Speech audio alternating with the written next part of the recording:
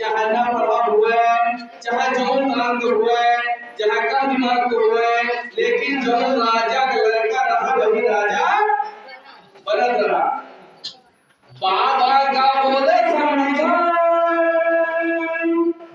अब सबही समान बा, सबही समान बा, सबही समान बा।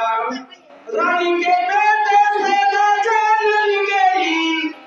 अब सब रानी के नसबंदी बाबा साहब डॉक्टर अम्बेडकर संविधान बनाओ रानी के बेटे से राजा बन गई। बिगड़ल समाज की हालत अब सुधारी। और क्या था? रानी के बेटे से राजा बन गई। बिगड़ल समाज की हालत अब सुधारी। रानी रानी नौकर रानी समान बा। जहाँ रानी हुए, जहाँ नौकरानी हो, एक तरह एक बोतलिया जो खरीदे एक तरह होगी। रानी नौकर रानी समान बा। बाबा का बोले संविधान अब सबही समान बा। और क्या हुआ? शिक्षा के द्वार खुले पढ़े सभी कोई। जहाँ पर रहा कि जो दबे कुचले समाज के लोग हैं वो पढ़ नहीं सकते हैं, महिलाएं पढ़ नहीं सकती हैं।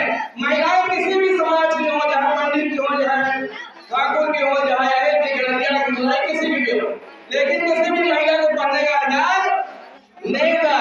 लेकिन जैसे बाबा साहब ने देखा कि ये दिक्कत है, तो उन्होंने संविधान में लिखा क्या? शिक्षा के द्वार खुले पढ़े सब कोई। शिक्षा के द्वार खुले पढ़े सब कोई। पढ़ लिख के जीवन जी चाहिए होई।